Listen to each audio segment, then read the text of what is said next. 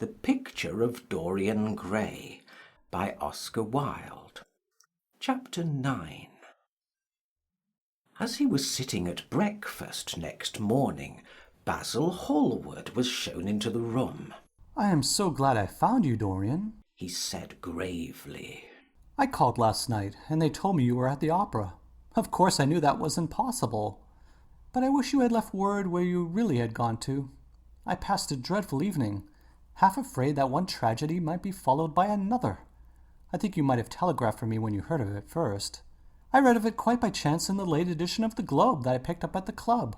I came here at once and was miserable at not finding you. I can't tell you how heartbroken I am about the whole thing. I know what you must suffer, but where were you? Did you go down and see the girl's mother? For a moment I thought of following you there. They gave the address in the paper, somewhere in Austin Road, isn't it? But I was afraid of intruding upon a sorrow that I could not lighten. Poor woman, what a state she must be in. And her only child, too. What did she say about it all?" "My dear Basil, how do I know?" murmured Dorian Gray, sipping some pale yellow wine from a delicate gold-beaded bubble of Venetian glass, and looking dreadfully bored. "I was at the opera. You should have come on there. I met Lady Gwendolen, Harry's sister, for the first time. We were in her box. She is perfectly charming, and Patti sang divinely. Don't talk about horrid subjects. If one doesn't talk about a thing, it has never happened. It is simply expression, as Harry says, that gives reality to things. I may mention that she was not the woman's only child. There is a son, a charming fellow, I believe, but he is not on the stage. He is a sailor, or something. And now, tell me about yourself and what you are painting." "You went to the opera?" said Hallward, speaking very slowly and with a strained touch of pain in his voice. "You went to the opera while Sybil Vane was lying dead in some sordid lodging? You can talk to me of other women being charming and of Patti singing divinely before the girl you loved has even the quiet of a grave to sleep in? Why, man, there are horrors in store for that little white body of hers." "Stop, Basil! I won't hear it," cried Dorian, leaping to his feet. "You must not tell me about things. What is done is done. What is past is past." "You call yesterday the past?" "What has the actual lapse of time got to do with it? It is only shallow people who require years to get rid of an emotion. A man who is master of himself can end a sorrow as easily as he can invent a pleasure. I don't want to be at the mercy of my emotions. I want to use them, to enjoy them, and to dominate them." "Dorian, this is horrible. Something has changed you completely. You look exactly the same wonderful boy who day after day used to come down to my studio to sit for his picture. But you were simple, natural, and affectionate then. You were the most unspoiled creature in the whole world. Now, I don't know what has come over you. You talk as if you had no heart, no pity in you. It's all Harry's influence, I see that." The lad flushed up, and going to the window, looked out for a few moments on the green, flickering, sun-lashed garden. "I owe a great deal to Harry, Basil," he said at last. "more than I owe to you. You only taught me to be vain." "Well, I am punished for that, Dorian, or shall be some day."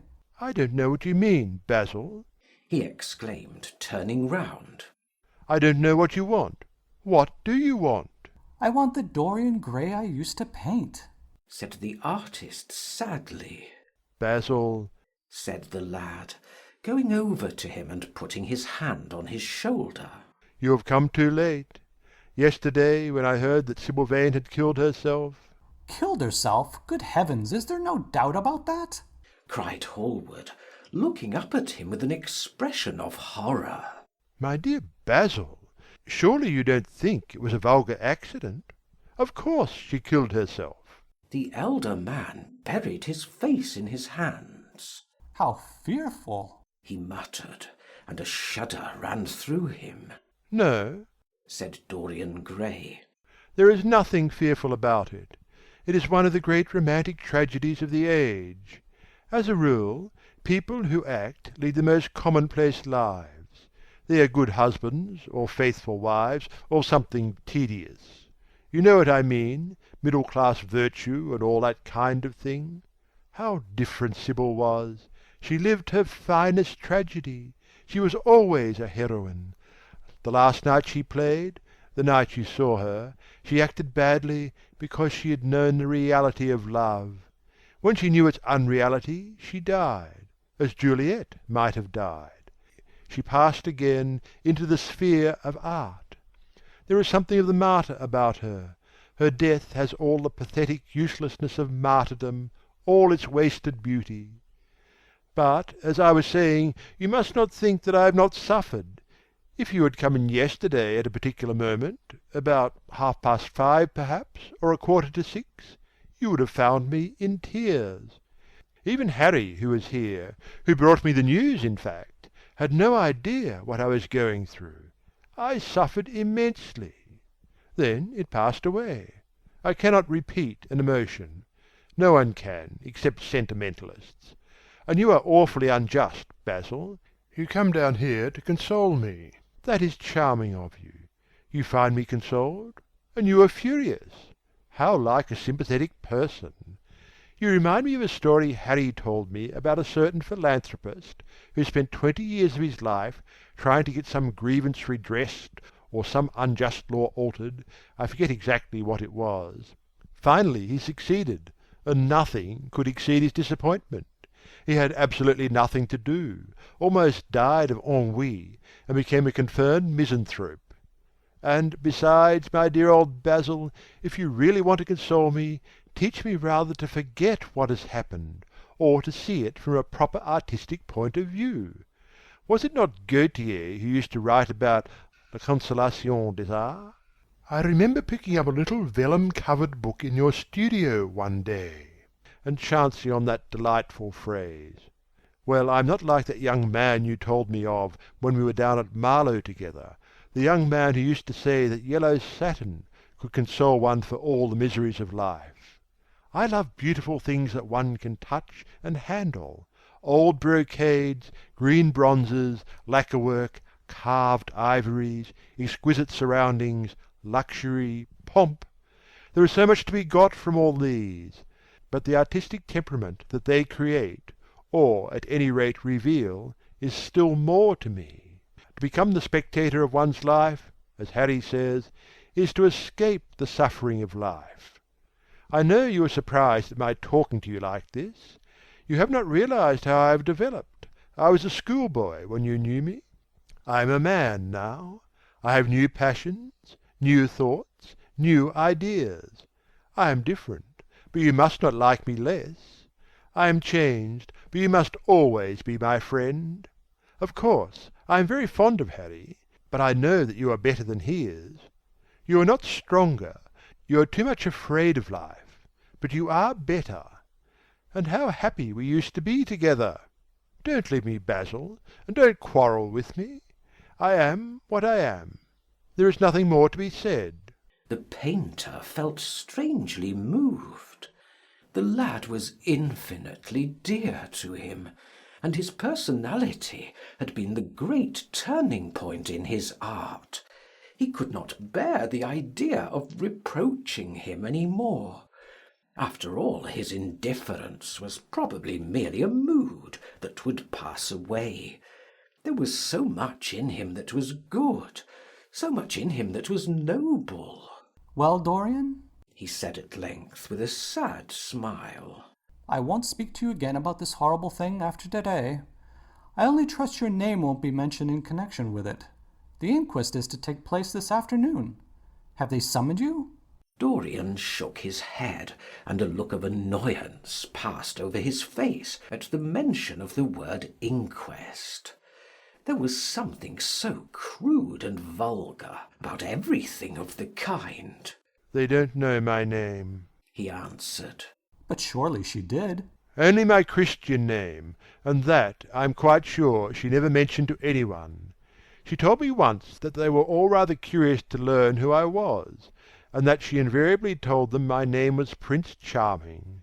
It was pretty of her. You must do me a drawing of Sibyl, Basil. I should like to have something more of her than the memory of a few kisses and some broken pathetic words.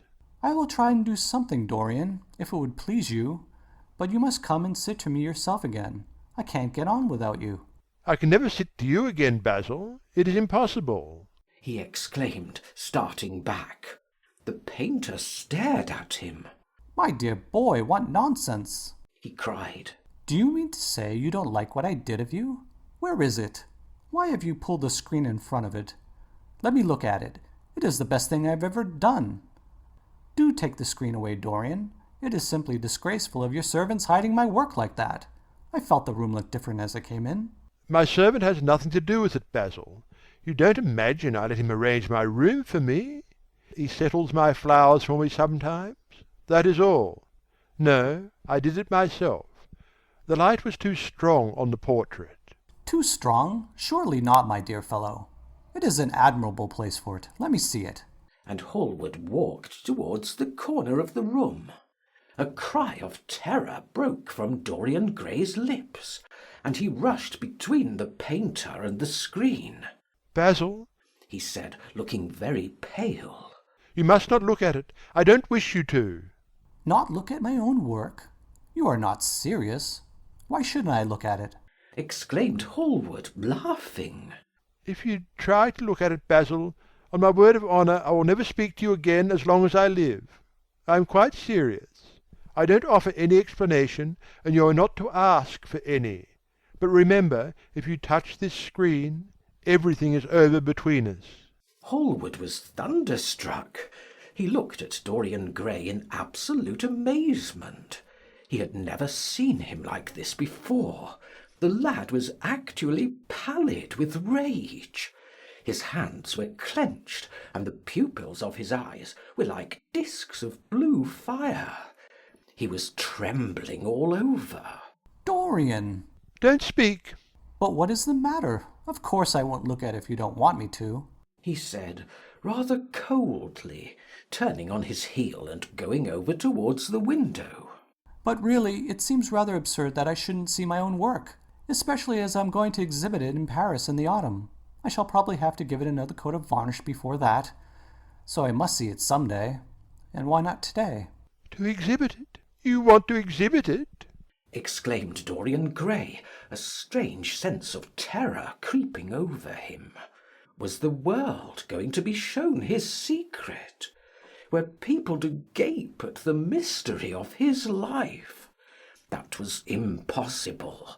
Something, he did not know what, had to be done at once. "Yes, I don't suppose you will object to that. George Petit is going to collect all my best pictures for a special exhibition in the Rue de Sèze, which will open the first week in October. The portrait will only be away a month. I should think you could easily spare it for that time.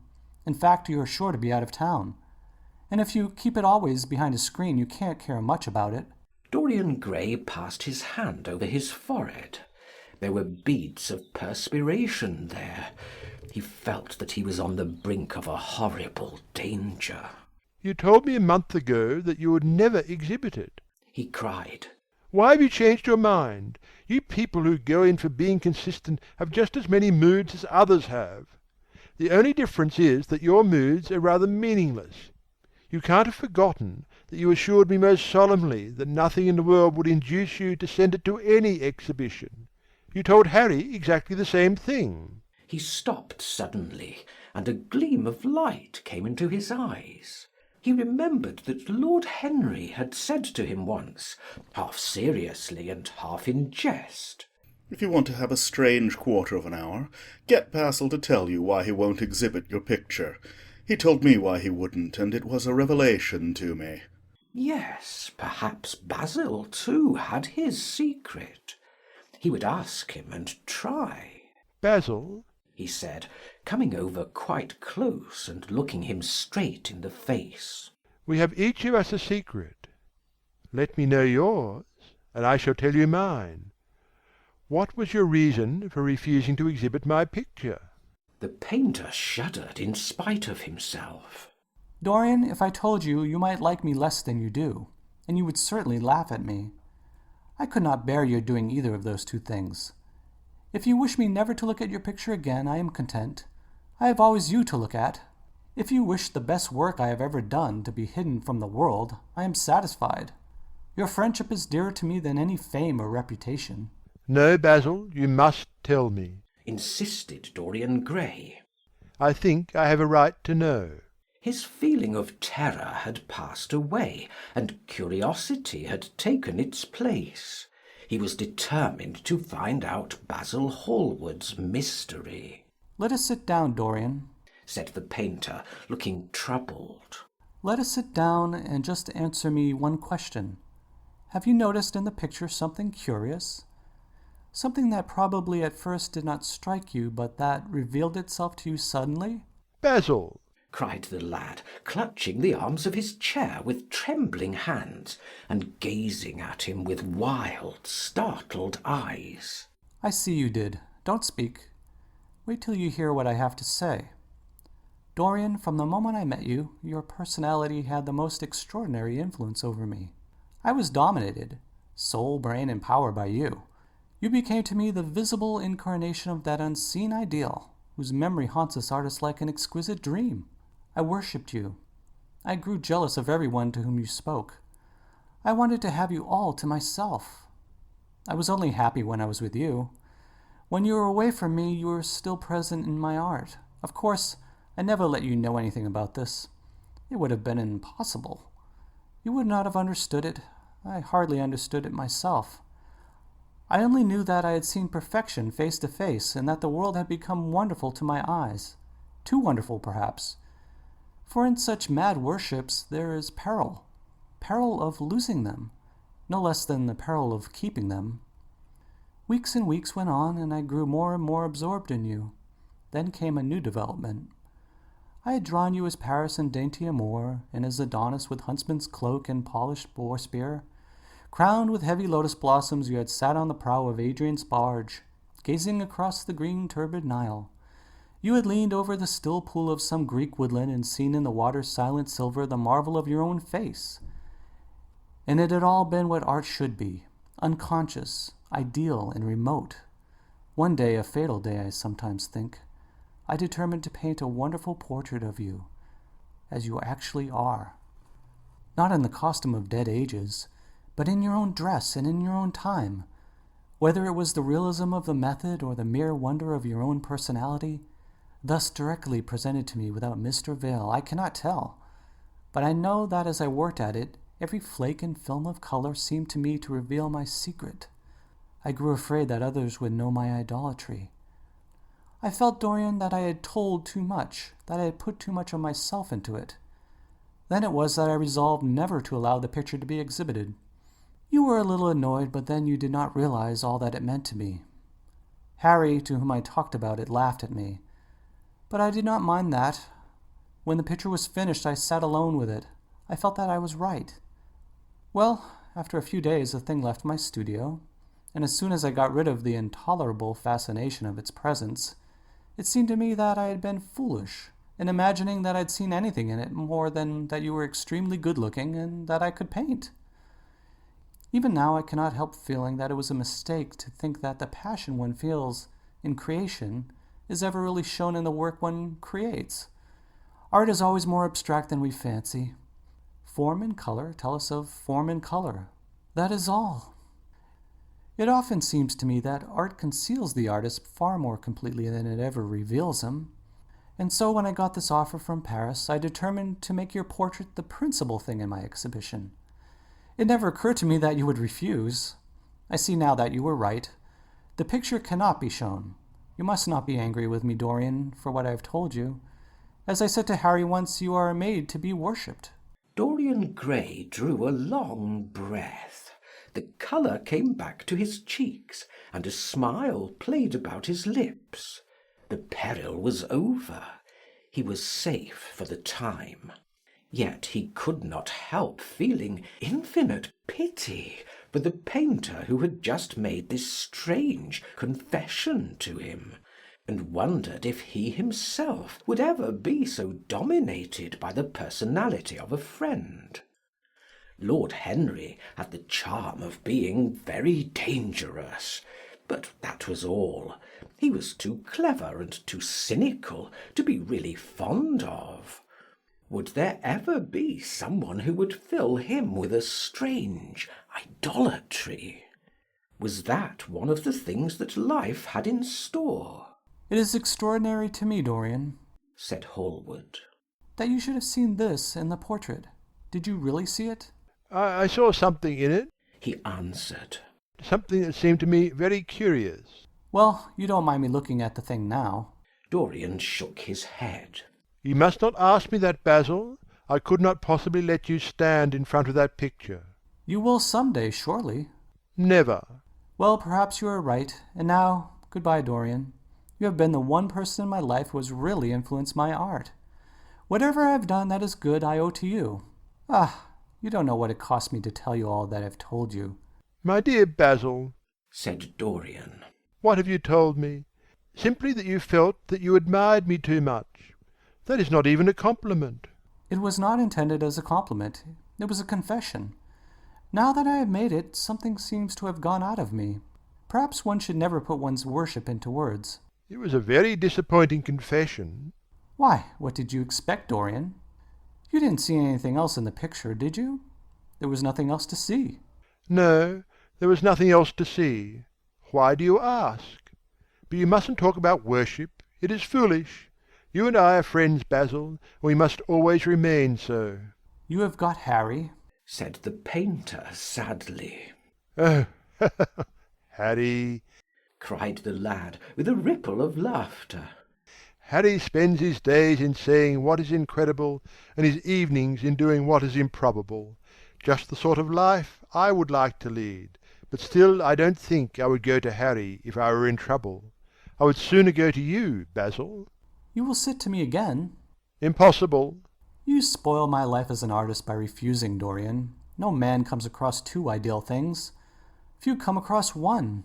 I can't explain it to you, Basil, but I must never sit to you again. There is something fatal about a portrait. It has a life of its own. I will come and have tea with you. That will be just as pleasant. Pleasanter for you, I'm afraid, murmured Hallward regretfully. And now, goodbye. I am sorry you won't let me look at the picture once again, but that can't be helped. I quite understand what you feel about it. As he left the room, Dorian Gray smiled to himself. Poor Basil! How little he knew of the true reason! And how strange it was that instead of having been forced to reveal his own secret, he had succeeded, almost by chance, in wresting a secret from his friend. How much that strange confession explained to him! The painter's absurd fits of jealousy, his wild devotion, his extravagant panegyrics, his curious reticences. He understood them all now, and he felt sorry.